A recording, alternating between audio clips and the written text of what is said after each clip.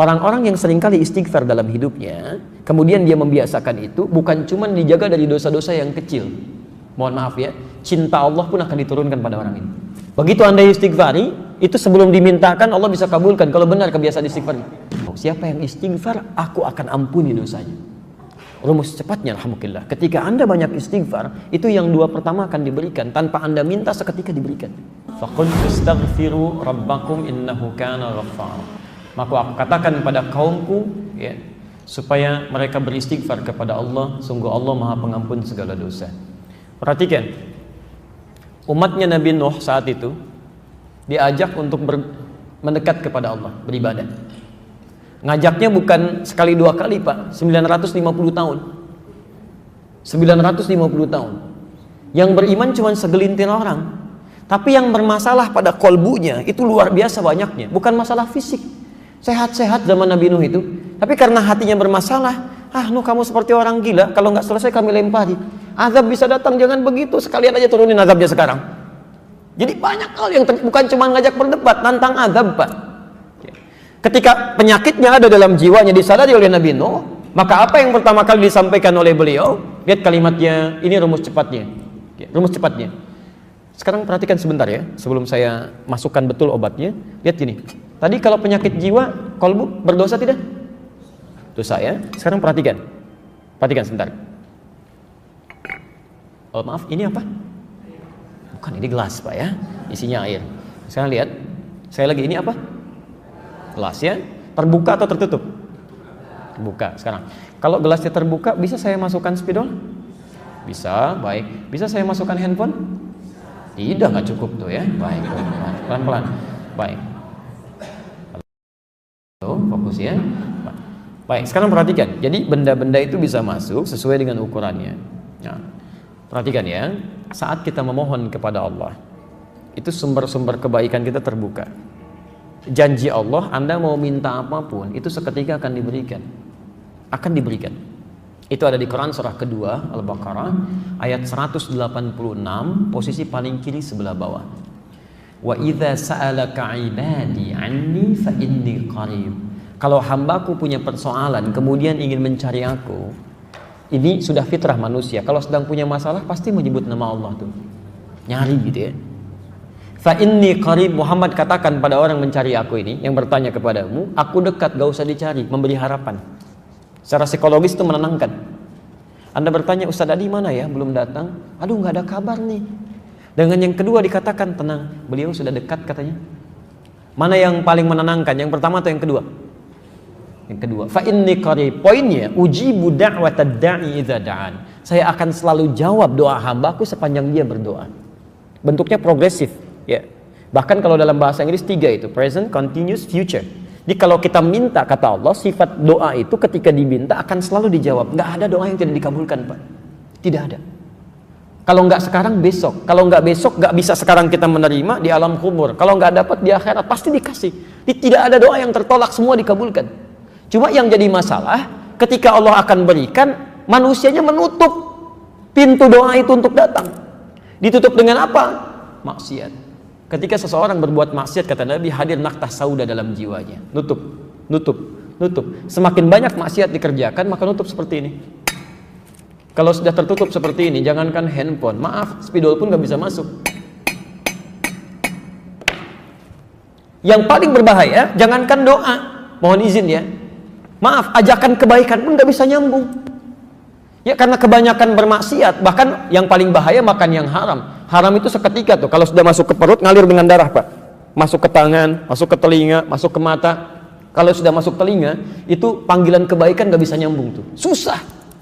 Allahu Akbar, nggak tembus. Wa fi adhanihim waqra, Quran surah ke-6 ayat ke-25. Wa fi adhanihim waqra, ada orang yang di telinganya tuh ada sumbatan, nggak bisa dengar Pak. Ya, bola tuh jauh kedengaran banget tuh. Direncanakan bahkan sebelumnya itu. Ada tuh, hafal, diketahui betul itu. Masya Allah. Tapi Isya lewat gitu kan, maghrib gak dikerjakan, adzan gak kedengaran. Yang paling mulia, saat seseorang tidak bisa mendengar kebaikan dengan telinganya, itu Allah saking sayangnya pada hamba ini akan ditampakkan lewat matanya. Orang gak dengar adzan, gak mau dengar, tiba-tiba dihadirkan orang lewat. Masya Allah. Dari mulai orang dewasa sampai anak kecil.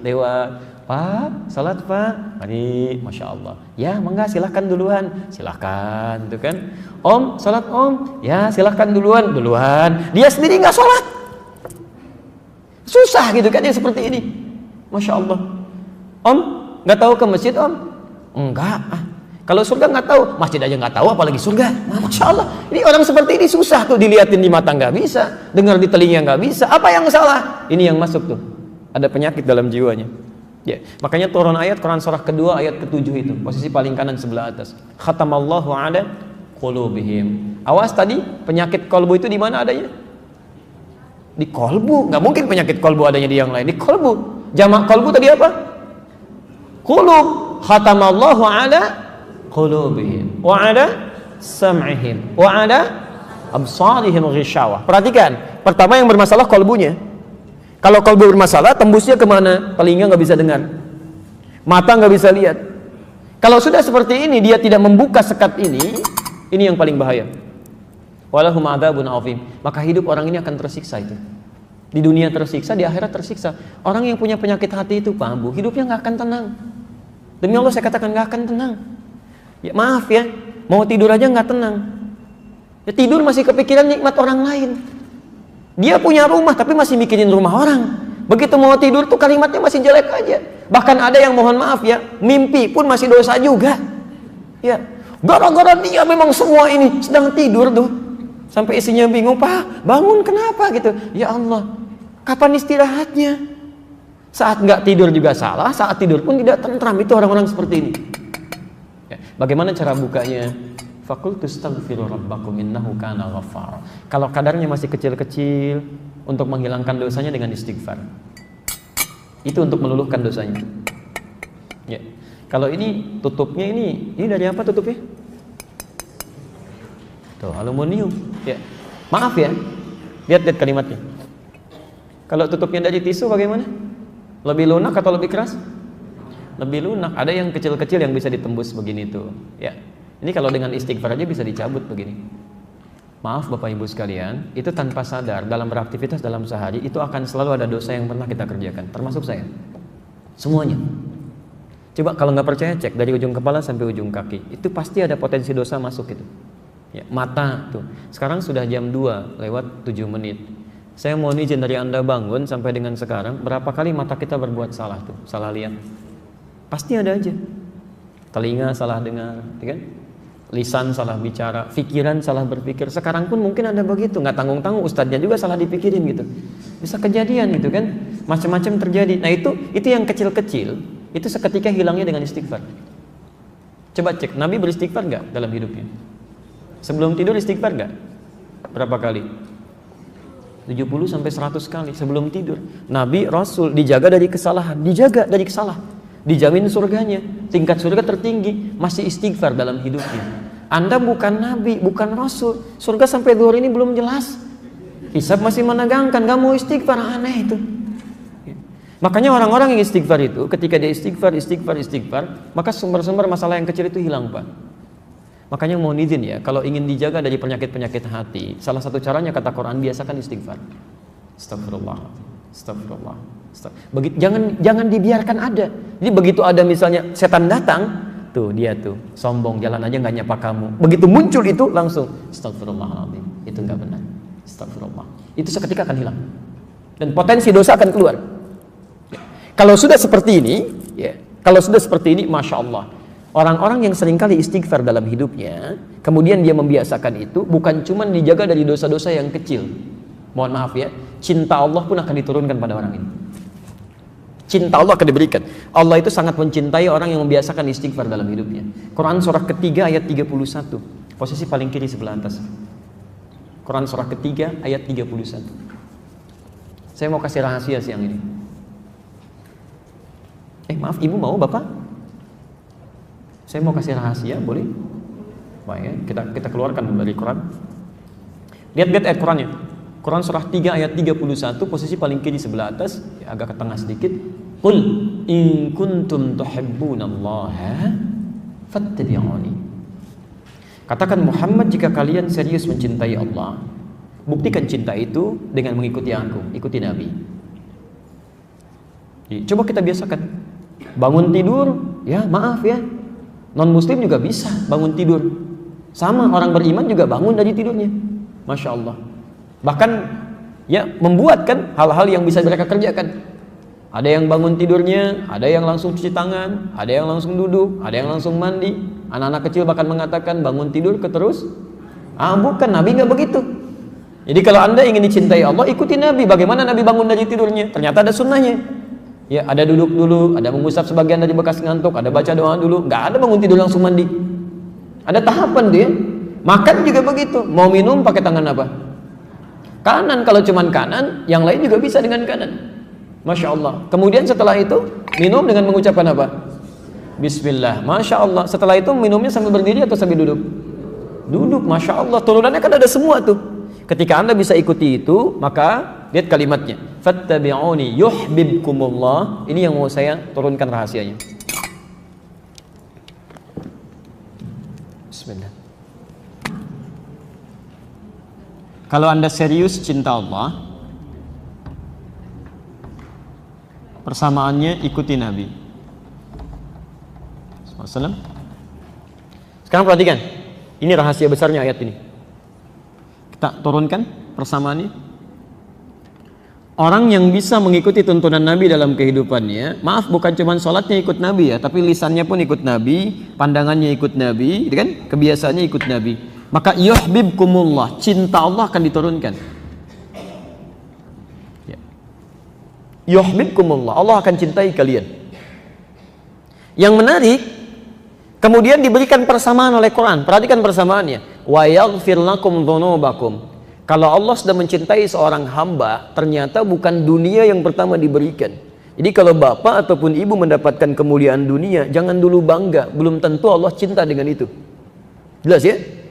Nah, apa yang Allah berikan? Wa yaghfir lakum dzunubakum. Allah akan ampuni dosa hambanya. Ampunan dosa. Jadi orang-orang yang dicintai Allah itu, seketika yang Allah berikan pada orang ini, Allah ampuni dosanya. Gugur, dihabiskan semua. Gugur, selesai. Yang paling menarik, sekarang perhatikan persamaannya. Cinta Allah bersanding dengan ampunan dosa. Kalau kita buat persamaan terbalik seperti ini, berarti orang-orang yang sering meminta ampunan dosa dari Allah itu berpotensi lebih cepat mendapatkan cinta Allah Subhanahu wa taala. Perhatikan persamaannya. Orang yang dicintai Allah maka akan diampuni dosanya. Persamaan terbaliknya, orang yang sering meminta ampunan dosa bukankah akan cepat mendatangkan cinta Allah? Halo? Ya kan? Jadi orang yang sering minta ampunan dosa itu akan cepat mendatangkan cinta Allah. Persamaan terbaliknya. Di orang-orang yang sering istighfar, cara meminta ampunan dosa, kunci pembukanya ini istighfar. Di orang yang sering istighfar, astagfirullah, astagfirullah, astagfirullah, Masya Allah, itu matanya akan dijaga oleh Allah. Begitu melihat yang tidak baik menurut Allah, dia akan palingkan. Astagfirullah, astagfirullah. Tangannya juga begitu. Kakinya juga begitu. Dan hebatnya, ini yang paling mulia. Orang-orang yang sudah mendapatkan cinta Allah, ahli istighfar ini, ahli istighfar, kalau sudah mendapatkan cinta Allah Subhanahu wa ta'ala, maka Masya Allah, kemuliaannya tanpa meminta pun doanya segera dikabulkan. Orang yang biasa istighfar itu diantara kemuliaannya, Allah akan cepat mengabulkan kebutuhannya tanpa dia harus memintanya. Butuh sesuatu, datang. Butuh sesuatu, datang. Padahal orang ini belum tentu minta. Ini pernah dipraktekkan oleh seorang tukang roti di zaman Imam Ahmad bin Hanbal. Pak, beliau pahami betul konsep ini. Ya. Kata Ibnul Qayyim Al-Jauziyah, beliau punya rumus, ya, masa setelah Imam Ahmad sampai disebutkan rumusnya. Kalau Anda punya permohonan yang cukup banyak tapi waktunya singkat, kata beliau cukup perbanyak istighfar. Begitu Anda istighfari, itu sebelum dimintakan Allah bisa kabulkan kalau benar kebiasaan istighfar. Ya.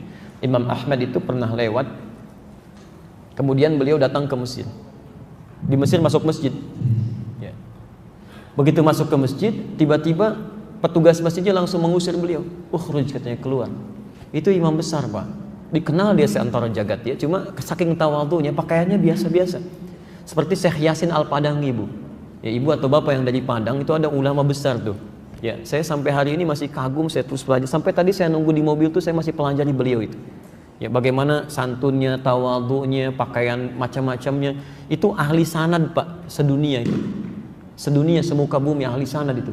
Ya, itu luar biasa, Masya Allah. Pakaian, tampilan sederhana, macam-macam. Jadi kalau Anda ke Mekah itu belum kenal pertama kali, mungkin nggak akan kenal kalau itu ulama besar tuh. Kadang-kadang orang tawaf beliau bawain air, zam-zam, setelah selesai dikasihin, duduk pakai sarung begini, pakai kaos, tapi muridnya ada yang dari Mesir, ada yang dari Mekah, ada yang dari macam-macam, itu luar biasa.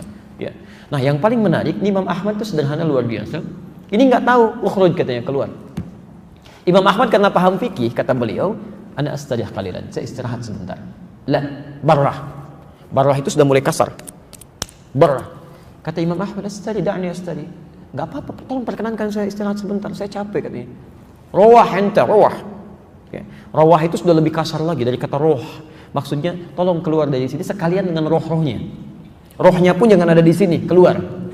Itu kalau Anda ke Mekah misalnya kan, atau ke tempat di Arab, ada orang mengatakan rawah enta, rawah. Itu tandanya lagi marah Pak, jangan senyum. Rawah. Itu musir, ya, musir itu, suruh pergi. Kalau bisa rohnya pun jangan di situ, pergi kata orang ini.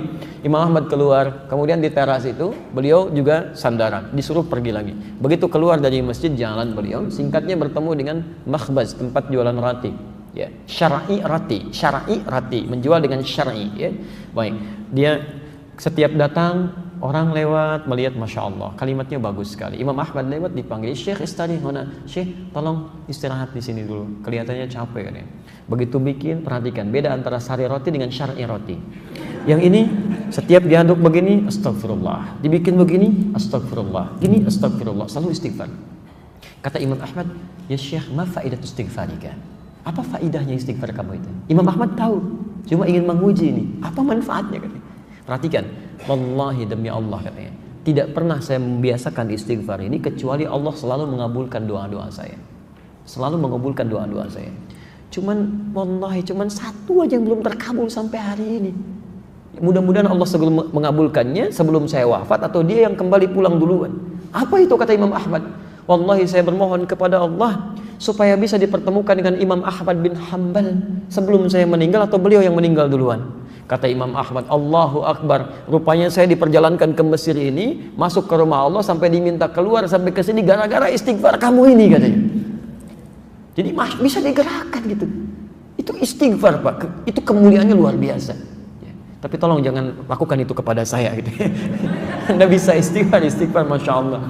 Makanya ahli surga itu, ahli surga yang biasa istighfar, surganya istimewa, bukan surga biasa.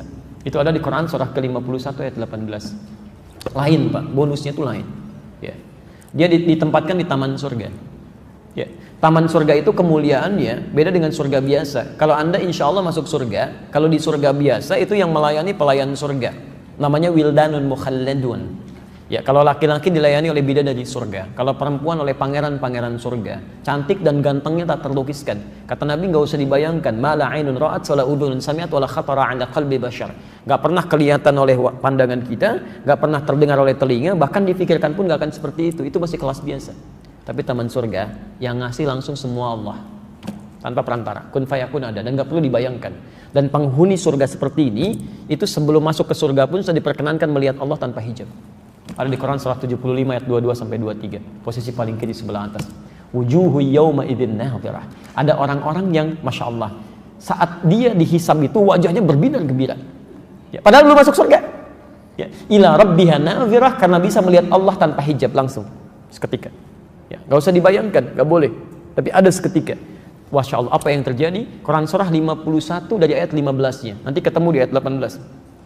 Innal muttaqina fi jannatin wa uyun. Nah, sungguh ada sementara orang-orang takwa itu tempat tinggalnya di taman surga.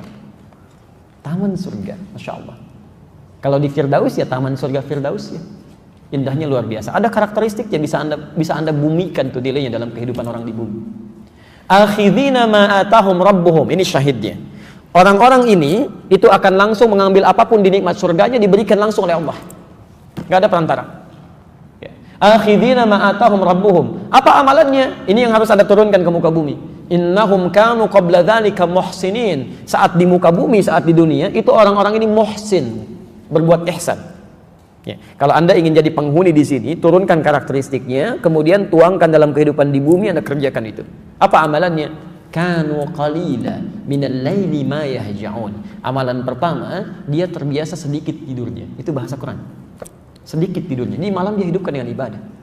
Dia paham, ya, kalau malam itu lebih enak ibadahnya, akan lebih khusyuk. Quran surah 73 ayat yang ke-6, inna nasyi'atal laili hiya asyaddu wat'an wa aqwamu qila. Bangun malam itu akan enak menyentuh pada jiwa, lebih khusyuk. Makanya maaf ya, setan malam dengan setan siang itu beda apa? Lain.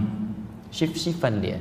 Setan siang tuh biasa, nggak usah terlalu banyak tenaganya, tiup dikit udah pada nggak sholat tuh. Ya.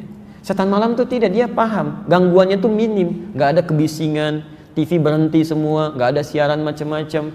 Jadi ketika orang ini ibadah, konsentrasi khusyuknya akan lebih tinggi dibandingkan dengan siang. Maka dari itu banyak terjadi keanehan. Kalau ibu nggak percaya silahkan. Siang bu ya, masya Allah. Ya jangankan bangun, mau tidur aja susah. Tapi kalau malam, masya Allah. Begitu Anda bangun di pertengahan jam 1:30, jam 2 tuh ya. Padahal alarm sudah disusun 3 kali tuh. Alarm pertama mematikan alarm kedua. Alarm kedua matikan alarm ketiga. Alarm ketiga baru siap-siap. Kata Nabi itu setan membuat berat kepala tuh. Susah. Dan terjadi sesuatu yang tidak Anda bayangkan sebelumnya. Itu kan tiap hari bolak-balik tuh. Kamar mandi, meja makan, dapur. Biasa aja siang. Kok malam-malam jadi berubah? Awas loh ya. Kemarin sih enggak. Tapi malam ini di meja makan tuh putih. Rambutnya itu panjang. Dan nungguin kamu di situ. Jadi nggak jadi. Itu terjadi situasi itu. Ada kenikmatan gitu kan. Ya. Karena itu, karena ada perbedaan-perbedaan semacam ini, tidak mudah untuk bangun. Tapi orang ahli surga tidak. Amalan-amalan seperti ini, itu lain. Perhatikan, ahli taman surga itu qalila minal laili ma yahja'un. Dia atur tuh, tidurnya lebih cepat. Ba'da isya, dia nggak ada keperluan, langsung istirahat. Sedikit tidurnya, malam dia hidupkan. Salat, Masya Allah. Ayo, itu bahasa Quran, sedikit tidur. Kalau Anda tambahkan, bermasalah. Di rumus fikih itu Anda tambah jadi berkurang. Sedikit tidur, taman surga. Sedikit-sedikit tidur, maaf, di tamannya aja enggak. Silahkan cek. Jadi dalam agama itu kalau sudah pas gak usah ditambah-tambah. Subuh 2 rakaat. Ah, saya pengen yang paling sempurna, ikuti sunnah Nabi. Saya merasa banyak kurang sholatnya. Besok saya 3 rakaat. Salah. Jadi kalau sudah ada pas, gak usah ditambah, gak usah dikurangi. Menambah sesuatu itu mengurangi kemuliaannya. Selesai. Ya. Yang paling menarik, habis tahajud. Kalau Anda cuma tahajud aja, belum bisa masuk taman surga. Amalan selanjutnya ayat ke-18-nya. Wabil ashari hum yastaghfirun. Ini poinnya. Jadi dia tahajud di sepertiga malam, menjelang subuh, belum subuh Pak. Ashar itu waktu menjelang subuh singkat. Ya, paling 15 menit lah, 10-15 menit sebelum subuh. Dia duduk istighfar. Istighfar. Bahkan ada hadis qudsi di situ. Hadis qudsi. Diriwayatkan orang pertama yang menerima dari Nabi 31 orang sahabat senior. Hampir semua meriwayatkan. Ya, Abu Bakar As-Siddiq radhiyallahu taala anhu, Umar bin Khattab, Utsman bin Affan, Ali bin Abi Thalib sampai Sayyidah Aisyah radhiyallahu taala anha. Itu menerima semua dari Nabi. Yanzilu Rabbuna tabaraka wa ta'ala. Allah Subhanahu wa taala akan membentangkan rahmatnya, ya, di fi thuluthil akhir minal lail, di setiap sepertiga malam yang terakhir.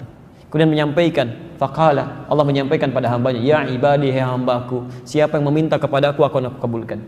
Siapa yang memohon aku akan berikan. Dan man istaghfara liya ghafartu lahu. Siapa yang istighfar, aku akan ampuni dosanya. Rumus cepatnya alhamdulillah. Ketika Anda banyak istighfar, itu yang 2 pertama akan diberikan tanpa Anda minta, seketika diberikan. Makanya ahli taman surga itu, Masya Allah, begitu selesai tahajud, dia nunggu fajar. Astagfirullah, astagfirullah, astagfirullah. Ingat-ingat dosanya itu. Kalau nggak percaya silahkan Pak ya. Nanti malam Anda tahajud. Setelah itu menjelang subuh misalnya, Anda biasakan istighfar. Terus dengan hati yang bersih, yang enak. Itu selain dosa keluar, itu tidak menutup kemungkinan air mata bisa ngalir. Tapi sambil diingat, apa dosa-dosa yang Anda lakukan? Mungkin pernah berkata kasar pada orang tua, pernah membuat pasangan hidup kecewa, sombong terhadap orang-orang sekitaran. Ingat-ingat itu. Itu demi Allah saya katakan, nikmatnya luar biasa. Ini. Dan dosa gugur. Dosa gugur. Ya, jelas di sini?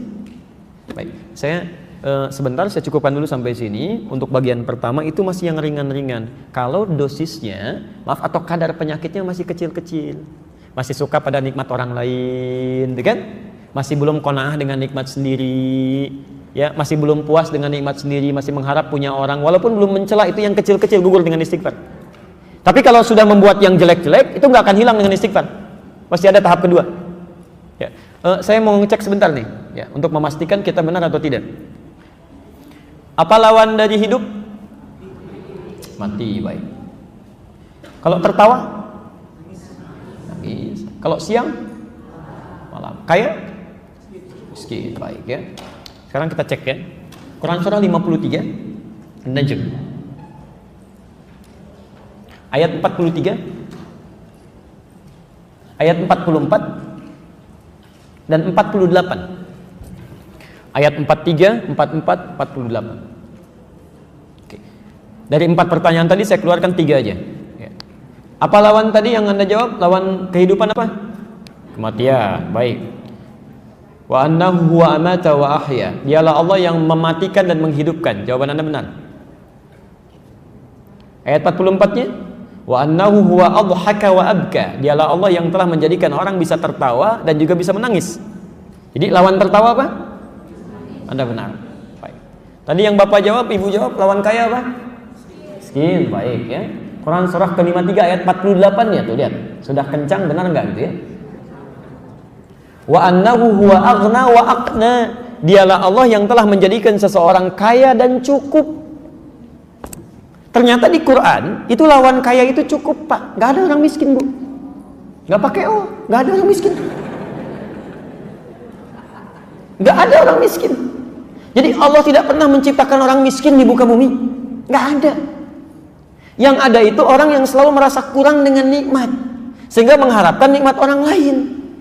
Padahal bagi dirinya cukup gitu. Itu yang jadi masalah. Coba perhatikan ya. Kalau ada orang merasa miskin, Allah langsung berikan zakat supaya dia keluar dari kemiskinan. Maka zakat diberikan pada orang yang merasa miskin. Quran surah ke-9 ayat ke-60. Innamas shadaqatu lil fuqara wal masakin. Diturunkan zakat untuk mengentaskan kemiskinan. Ternyata dengan zakat masih belum cukup juga, masih miskin juga. Diberikan infak. Quran surah kedua Al-Baqarah ayat 215. Posisi paling kanan sebelah bawah. Yas'alunaka madza yunfiqun qul ma anfaqtum min khairin falil walidaini wal aqrabin wal yatama wal masakin. Untuk keluar dari kemiskinan. Kurang cukup juga dikasih sedekah. Masya Allah, zakat dikasih, infak dikasih, sedekah dikasih, masih miskin juga. Kalau dengan semua itu belum bisa mengeluarkan Anda dari kemiskinan, Anda perlu dikasih apa lagi? Jadi sebetulnya konsep itu keluar untuk mengeluarkan dari sesuatu yang dirasakan miskin. Kata Allah nggak ada yang miskin, cuma 2, cukup atau kaya, selesai. Ayo coba Ibu pilih mana? Mau kaya mau cukup? Alhamdulillah. Tuh ada pilihan cukup kaya kan. Baik ya. Ah ini persoalannya di sini gitu ya. Ah jadi Bapak dan Ibu sekalian, itu perasaan kurang itu yang menjadikan penyakit datang. Itu yang coba kita istighfar ya. Tiap hari istighfar. Kalau nggak sempat istighfar, jangan tinggalkan sholat. Jangan tinggalkan sholat. Karena dalam sholat itu ada kalimat istighfar. Makanya sholat ke satu dengan sholat yang lainnya itu menggugurkan dosa-dosa kecil. Itu ada di hadis Muslim nomor hadis 233. As-salawatu ila as-salawat wal jumu'atu ila al-jumu'ah wa ramadan ila ramadan kafaratun lima bainahunna. Ya, sholat satu ke sholat lain, Jumat ke Jumat, dan Ramadan ke Ramadan itu bisa menggugurkan dosa yang terjadi di antara keduanya. Malam takunil kabair, sepanjang bukan dosa besar. Di Anda zuhur punya dosa, ya, dosa-dosa kecil, asar sholat. Jadi pas sholat asar itu dosa kecilnya hilang, otomatis itu. Ya. Kenapa salah satunya? Karena saat Anda sholat, Anda mengucapkan kalimat istighfar. Bukankah ruku kita mengucapkan istighfar? Subhanakallahumma bihamdika, Allahumma gfirli. Sujud Anda istighfar. Kalau Anda baca subhana rabbiyal a'la, bukankah duduk di antara 2 sujud bahasa istighfar? Kalimat pertama dalam duduk di antara 2 sujud apa? Rabbil firli, itu istighfar. Jelas ya?